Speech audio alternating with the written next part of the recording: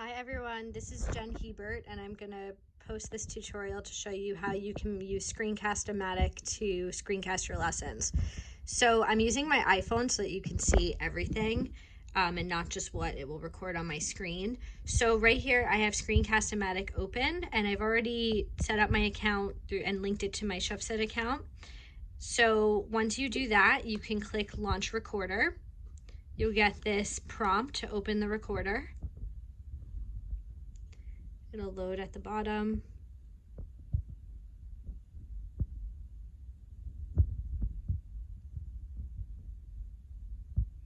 Now, once it loads, this screen will come up with this black and white border, and you can adjust this screen to fit what you want. So I'll show you an example using some slides that I have open.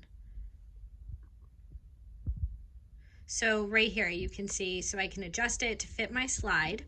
And then once I'm ready to start recording, I'll just click record down here. It'll pick up on my voice and it will only record what's in this screen. But if you're using Google Slides, it's really easy to navigate and switch slides on the side as you're narrating.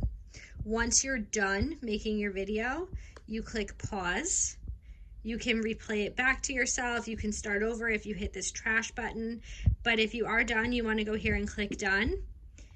You can save and upload it if you have, you can save it directly to your YouTube account if you want. But to be honest with you, we've been having some issues with sharing videos over YouTube.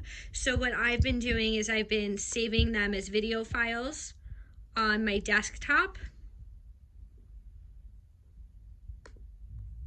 And then what you can do is you can upload the video from your desktop into your Google Drive, just like you would any other, oops, I clicked the wrong one, just like you would any other file upload into your Google Drive.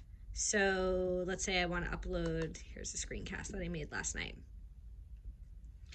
Then a really easy way of sharing it with your kids is you can click right over it, get your shareable link, make sure your link sharing is on, and copy this link and you can share it with your students.